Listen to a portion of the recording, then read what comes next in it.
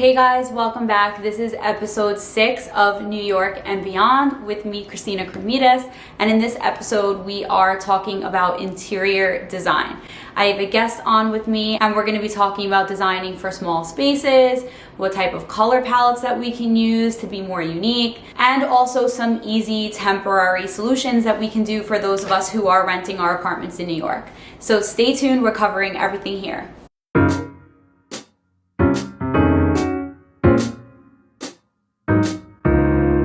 Welcome back, guys. Thank you for being here for another episode of New York and Beyond. This is such a good episode. We have Kelly Dunn on with us. I'm about to bring her in. Kelly is the founder and lead interior designer at Fathom Design Company. You've probably already seen them on Instagram. Her work is such goals. Before we jump in, I have to say it, guys. Please make sure that you're subscribed to my channels, follow on YouTube, subscribe to the podcast. I think you guys are already aware, but this series is both on YouTube and the podcast. So if you prefer to listen on the go, there's the podcast. If you like to see people's faces, there's YouTube for that. But guys, this is totally free for you, and it is the biggest way that you can help me continue to make more videos like this for you guys. It means so much to me, so thank you in advance. All the ways that you can get in touch with me, as well as my Instagram handle to follow along there, are all in the description of this video. So thank you guys for that, and let's talk to Kelly. Hey Kelly. Hi, thanks for having me. Thank you so much for being with us today. Can't wait to hear everything that you have in store. Quickly, would you be able to tell us a little bit about yourself and your mission? Sure. So I've been in interior design for about 6 years. I started my own business in Pennsylvania, and it was originally called Kelly Dunn Home. And I realized that was just not me. That was way too traditional. So I moved my business to New York City in 2019, rebranded to Fathom Design Company. Our mission is to just tell authentic stories. I'm not really into trends. I'm not into what everyone's excited about. I just want to know who you are, what makes you come alive, and I want to express that in your room. Amazing. I love that. And it really shows in your work. Something that I love, especially just by seeing your work, looking at your portfolio, and especially your social media presence. You're not just a professional who went to school for interior design. You're an artist, and a very talented one at that. I feel like it just looks like your work comes so easily to you. Did you always know that you wanted to be an interior designer, or was this just kind of like your expression of art that ended up coming alive for you? And do you feel like how your natural eye for art, do you feel it really affects your interior design style? For sure. I kind of fell into my career. I didn't go to school for it. I just always, typical interior designer story. I was the kid who was rearranging my mom's living room when she was gone. And, she would come home and I'd be like, I'll put it right back if you don't like it. But I just had to do it. And I didn't even know I could make it a career until I was redoing my own home. And all of my friends were like, they wanted to hire me. So I just decided to go out on my own and do it like that. But definitely, I knew I wanted to be bolder. I didn't want to, I think Joanna Gaines is incredibly talented, but I didn't want to have the same thing all the time. So, and I always found that people were kind of drawn to what everyone else is doing. And I said, yeah, but who are you? I don't want to walk into your house and have it, not be able to tell whose house I'm in. I want to know, this is totally you. I can so see you living here. I wanted to do that. And so that was a big push for me. And I definitely, like any kind of art, it's about expression.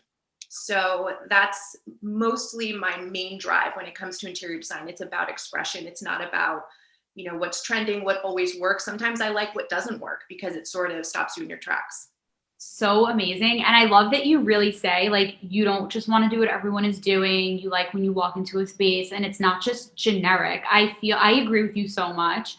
I feel like the thing I hate the most is anything generic. The second everyone starts doing it, I hate it. I'm over it, And I love that about you. And I feel like lately it's more, becoming more accepted almost to not be doing the same thing as everyone else, which is amazing. And it's funny that you said bold, because that was literally one of the words that I use to describe you. And the next thing I want to ask you is your style is so bold. I mean, anyone that's seen your Instagram page, your work is very recognizable to you while still being unique to your client. But my question for you is you use color combinations that I sometimes wouldn't think would ever work together, and it looks amazing. You use rich, deep colors, but then you'll have like pops of like bright, like very loud colors.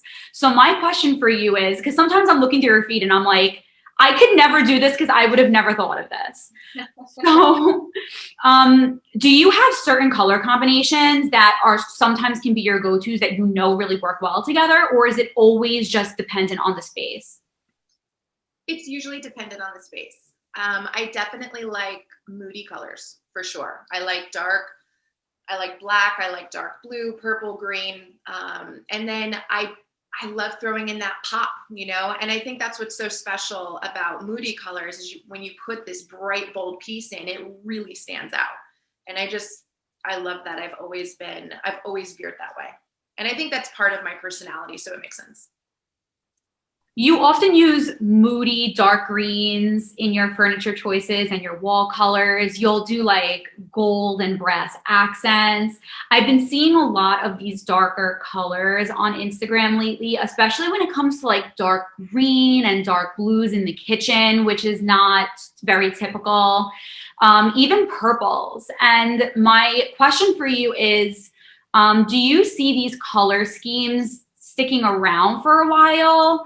Because I personally love them. They feel like royalty to me, but it's scary to pull the trigger on a color like that if you don't think it's going to be in style for a while. How do you feel about that? I don't care what's in style. That's how I feel about that.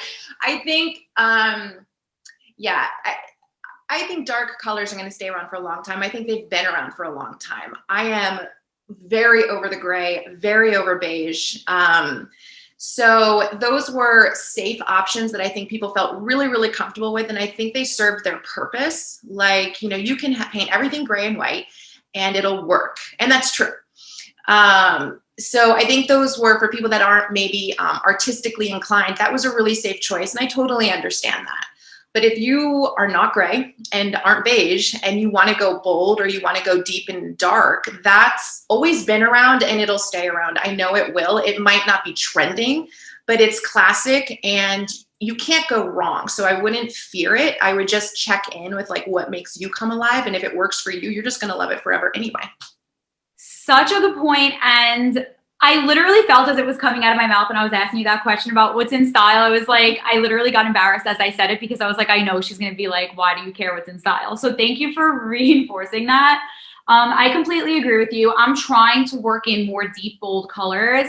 But like right now, like my couch is like a dark green. And I think for people listening as well, like we'll make these little attempts, but where we might be scared to like do a wall because I almost feel like a dark wall could look really tacky, almost like if it's done wrong. So do you have any advice for someone who's looking to bring this color scheme into their home, but we don't want to mess it up or like do too much?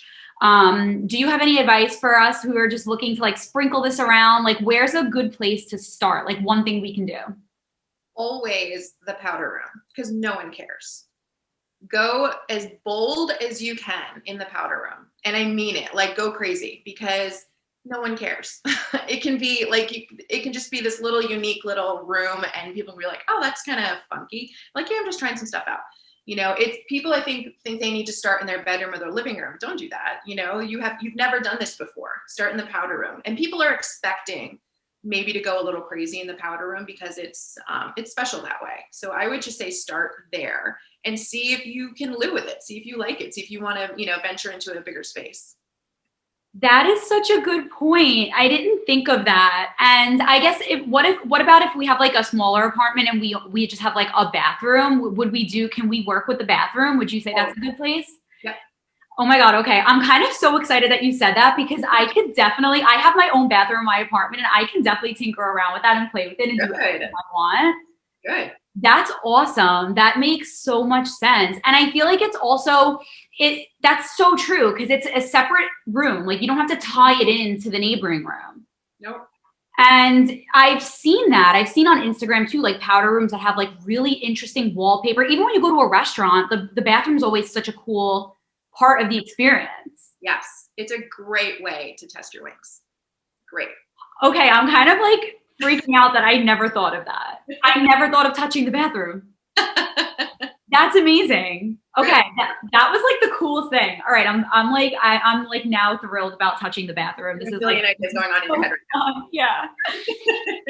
Oh my God. Okay, so how about for those of us who are renters? A lot of the audience is in New York City. We rent our apartments. We can't do anything too permanent. If we're hesitant to paint our walls, because the other thing is that if we paint our walls in a rented apartment, you have to turn them back to white when you move out. And it's kind of an annoying thing to have to do when you're worrying about the hectic logistics of moving. So if we don't really want to paint the walls or if we can't do permanent changes, what can we do to refresh our space and make it feel more unique to our taste? I know the typical answer is like peel and stick and, stuff that can be taken down. I think it's getting better, but it still looks a little tacky. So one of the things that there's a couple things you can do. And I did this when I didn't have any money. You can buy pre-stretched canvases. And I picked some colors that I knew I wanted on my wall, and I gave it to my kids. They were like 2 and 4 years old, and they just sort of did whatever the hell they wanted.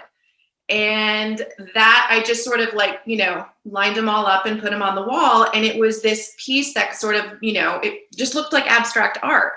And you can even cut, like you can get really big pieces, like 5 feet, wide by 3 feet tall, and just go nuts with it, or keep it really simple. It's a white canvas and just throw some black lines up there in random order. And you can like stack them on your sofa. You can make a whole wall of it, really. And that's a great way to bring in a lot of intrigue for a very little amount of money. That's ingenious. Yeah, that's fun. You can also stretch fabric onto a wall and frame it. All it is you're just tacking up fabric and then tacking up a trim around it. So that's another thing that you can do. You can create a whole half wall with that. So amazing. I feel like you're really giving us these amazing ideas that we really can do. Like we really can execute this. I've never thought about that either. And it's funny because if you buy stretch canvas that someone already painted, it's incredibly expensive, especially for a large size. But I like doing it yourself is such a good idea. And you don't have to be an artist. You could really just, even if you paint it like a solid color, honestly. It's true. No, totally. And if you have like a pet, like dip your cat and, whatever, like have them walk all over it. Like just make it really you, or you walk all over it, put your fingerprints all over it, whatever. It's just like, make it really, really cool and unique. Yeah, and it's unique to you, and you'll get like I feel like you'll get like a happy feeling every time you look at it because like your little dog like ran along it and like or your kids. Yeah. I love that. I love that idea so much. Good. That's so cool. Okay, my bathroom is gonna be like a chaotic mess by the time I'm done. Like I'm gonna paint the walls like dark blue in the bathroom, and then it's gonna be like stretched canvases with like Minnie's paw prints all over. Love it. That's so funny.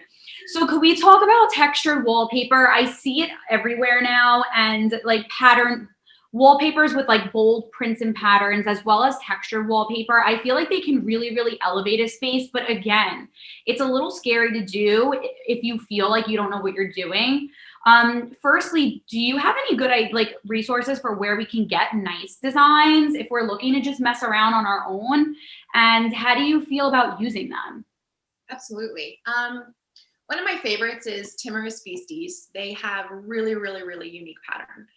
Tebow is solid. That's another company. They are like, you can find anything at Tebow, just about grass cloth, pattern, geometric shapes, anything. And so that's a really good resource that I use all of the time. And I would say go for it. I think one of the things I love about wallpaper, especially textured wallpaper, it just adds so much warmth as opposed to a painted wall. And I think that's just a great, anytime you can bring in texture, it's going to feel more natural. So I think that's a great idea. If that's what you want to do, totally, totally spring for that.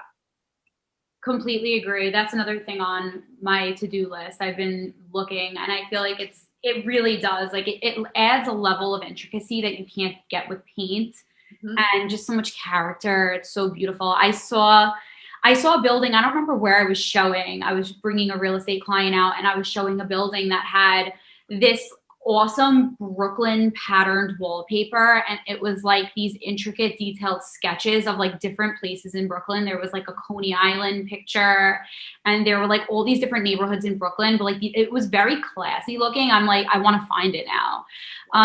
But I feel like you really do. You can get an effect with wallpaper that you can't get with painting the wall. 100%. So true. What about if we're looking for like a really easy, like quick thing that we can do? What would you say is the easiest to execute, but would make the biggest impact? I think the easiest way to make a big impact is to just have one big impact.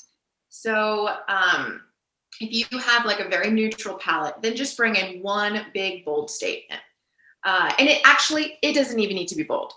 One of the things that I love in my entryway, and it's just so random and ironic that this is why I love it. And it's a statement.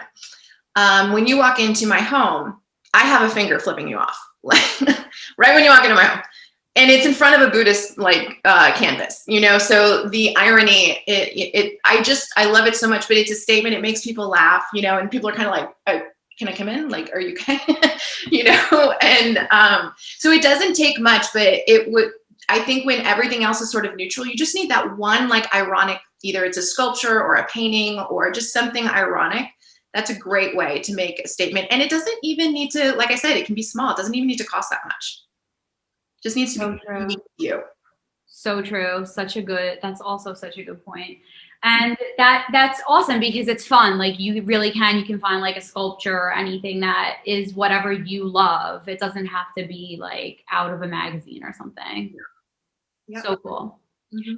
So one of the struggles with New York City apartments is the space. I mean, we don't have much space. Even if you have a big apartment, it's still not much space compared to the spaces that, you have probably the blessing of getting to see on a daily basis too when you're designing. So for those of us little people out there who are challenged with space in their small New York City apartments, what would you say is a way that we can make small spaces feel bigger? So light colors definitely make it feel more spacious, but if you want dark colors, paint your ceiling dark too. Most people are really scared to paint their ceiling. They feel like it's going to be a cave, and it's not necessarily true. When I paint the ceiling the same color as the walls, like I just did a living room, everything is deep, deep, deep navy blue. Ceiling as well. When you have these rich walls and then a white ceiling, it cuts it off. You immediately know where everything ends. When you paint everything the same, it expands. There's no end. So it feels like it just sort of keeps like inflating. And that gives the illusion of you're in a bigger space. So if you do want to use dark colors, I would just say you paint your ceiling that dark as well, and it'll make it feel bigger as opposed if you did not paint your ceiling, if you kept your ceiling white. Another thing, when people have small spaces, they tend to buy small furniture, and that's the biggest mistake you can make. Small furniture in a small space just reminds you everything's small. So when you have a small space, it's actually better to have fewer larger pieces. Have a sofa that literally fits the entire wall. It actually makes it feel custom and more spacious. So don't put in a bunch of small stuff, just have a few large pieces that fit well, and that's going to make your space feel bigger too. So smart. I wish that I knew that when I had my first studio apartment and I had like a love seat and everyone always complained that my couch wasn't big enough. Right. But I should have just like put the sofa across the entire wall. And it probably would have looked better, if not like just as good or better. Sure. Yeah. It tends to make it feel bigger for sure. So cool. And I love what you said too about painting the ceiling dark. Would you say to always do the same color for the ceiling as the walls, or did you do like a accent or like a different color on the ceiling? It really depends. I do like white ceilings sometimes. I like them on a neutral palette. So, and one trick is when you're painting the ceiling, do 9 parts white, 1 part wall color. So it tints it a little bit the same color as your walls, and it feels way more cohesive as opposed to this really bright white ceiling. So cool. Yeah. So cool. And something that I thought of too, as we were talking about paint color, and then we'll move off of paint color a little bit. We've been talking so much about paint color, but I think it's just people's go-to. I mean, when you think about decorating, you think about the paint color. There's the matte paint colors that are totally flat. And then there are like glossier paint colors. And I have no expertise in this, but I think that when I tend to see a dark wall that looks tacky to me, it's like glossier. Is that true? Is there, if we're doing certain colors, should we stick to flat? So one thing you want to be careful of with flat paint on a dark color, it's easy to scuff. It's easy to see the scuffs. So I do prefer like an eggshell with darker colors. I mean, I love the way matte looks, especially with dark colors. It's just very hard to, to keep it where you don't see any scuff marks. I mean, you basically have to not live there. So I think eggshell is a really good compromise there. And I love flats for lighter colors. You can definitely get away with that. But yeah, when things are shiny, those higher gloss, you see everything. You see every little nick in the drywall, and that just makes it look cheap. Totally true. I hate when you can see, it's funny because I almost think of it as like skin. Like when the paint is too glossy, you can literally see like the pores on the wall. And I hate when you can see that. Yep. Let's talk about the cozy vibe. We still have a little bit of cold weather left, so I feel like it's still relevant. But whenever it's cold out, I want my apartment to be the coziest. Yes. And sometimes I feel like I struggle with getting it to feel as cozy as I want it to feel. Do you have recommendations for how to get that super cozy feeling in an apartment? Totally. It really comes down to textured layers. It really comes down to, having a fur throw and a linen throw, just layering everything, and even layering some area rugs, sort of have them overlap. That feels so homey and cozy, very bohemian, very like, let's just snuggle in and never go outside again. Overstuffed pillows. And again, just mixing all the textures, have some fur pillows, have some wool pillows, have some velvet pillows. And then one of the big things is one of the things I like to do is put a lot of blankets on your bed. So have maybe even like a couple of duvets and a coverlet on top, like just really pile it up. Do that with wherever you can. Anything you can pile, layer, texture, that's the way to go. That'll make it feel super cozy. That makes sense. Okay. That's easier than I thought. Yeah. It's not. I guess achieving that cozy feeling really is just like intuitively, like what would you want to be like wearing to keep warm, right? That's kind of what I thought of when you described it. Yeah, 100%. So I look on your Instagram feed and I see so many cool, unique pieces. And I wonder, where do you even find this stuff? Do you have tips for us on where we can find like affordable but classy decor pieces? Absolutely. I mean, typically really, really unique pieces are expensive. They're one of a kind. My favorite affordable route is Etsy.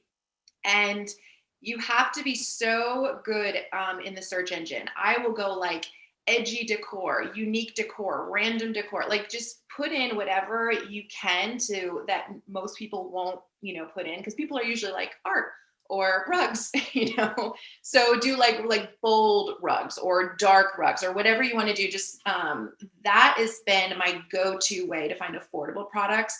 And I love it because you're supporting local, like you're supporting small businesses. So that is probably the only and best piece of advice I can give you as far as that goes. Thank you. That makes me feel so good because I'm an Etsy fanatic. So I guess I'm doing one thing right. Yeah. In fact, I'm going to tilt my camera quickly. The painting behind me is from Etsy. Oh, I love it. It's from an Etsy designer. I love Etsy. You're so right. You Yeah. can find unique stuff.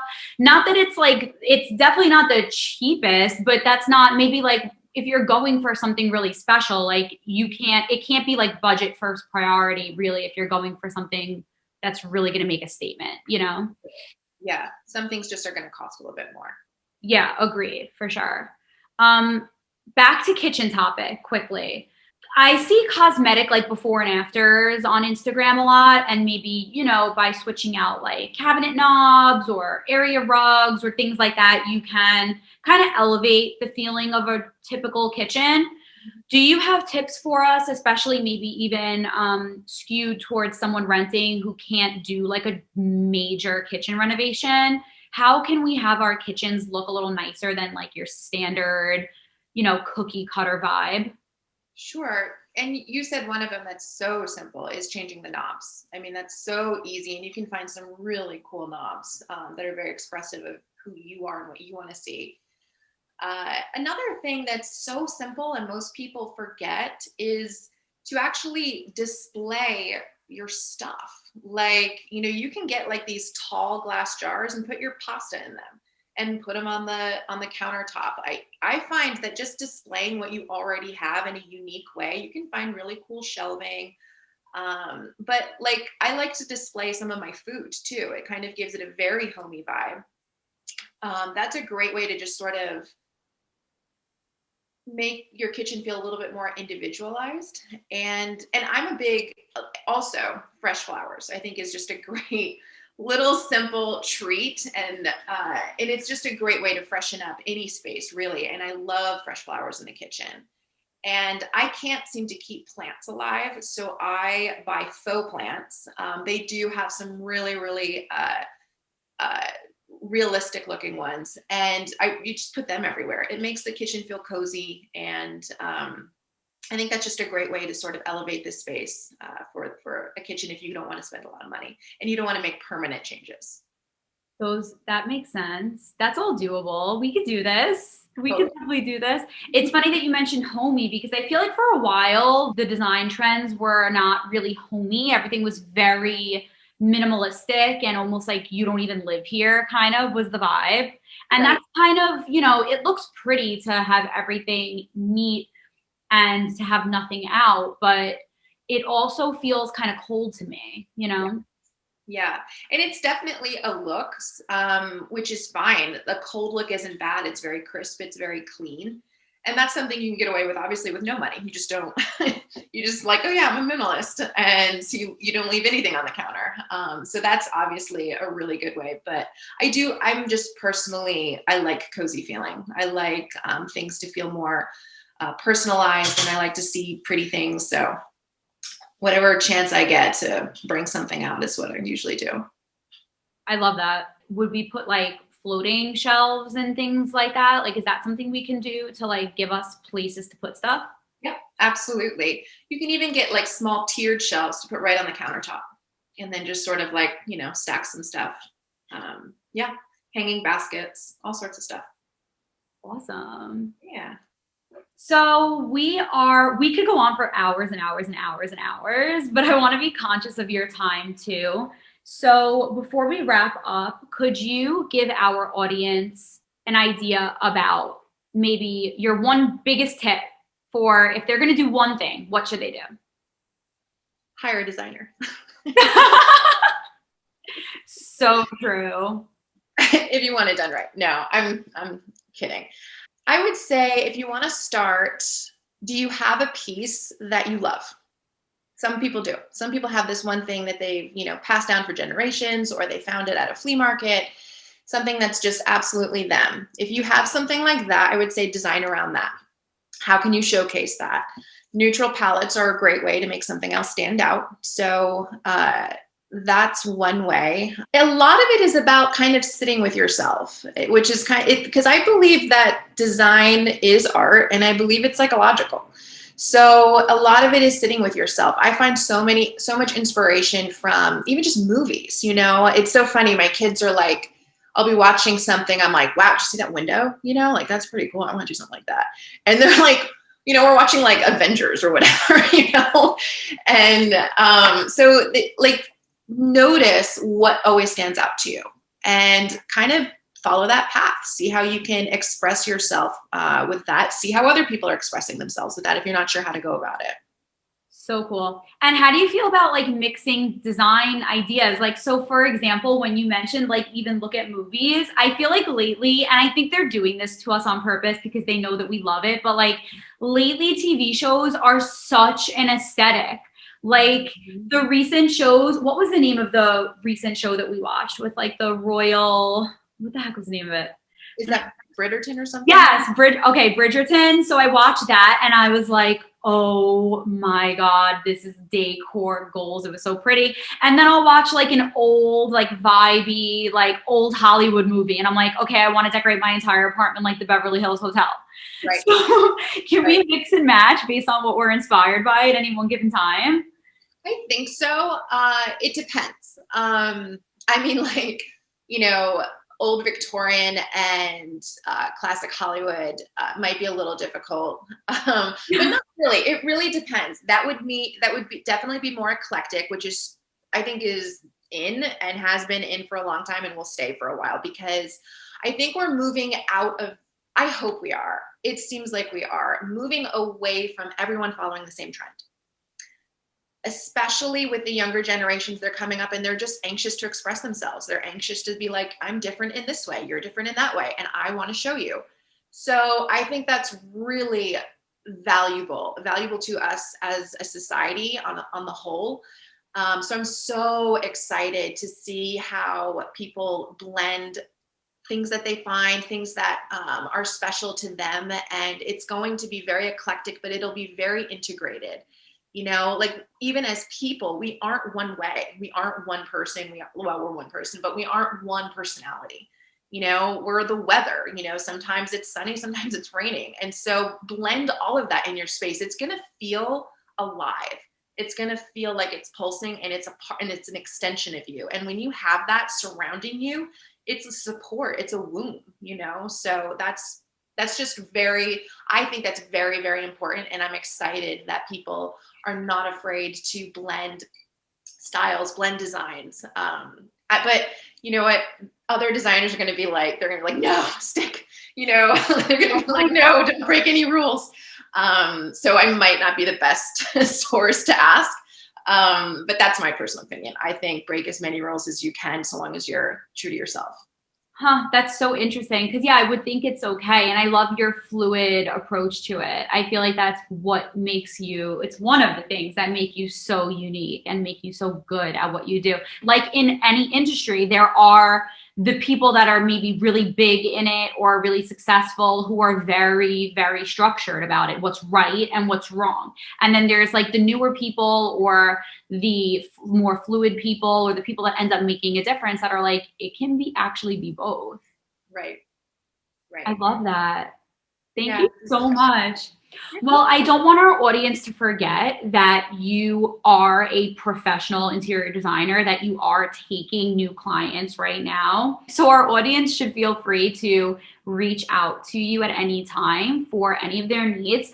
So can you tell us again, mention your Instagram handle, please, because it is so beautiful. It's such a source of inspiration. And however you would like for our audience to get in touch with you. Sure. So my Instagram handle is Fathom Design Company, all spelled out. And then, emailing is the best way. It's info@fathomdesigncompany.com. My website, fathomdesigncompany.com. It's pretty simple, but those are some easy, great ways to get a hold of me.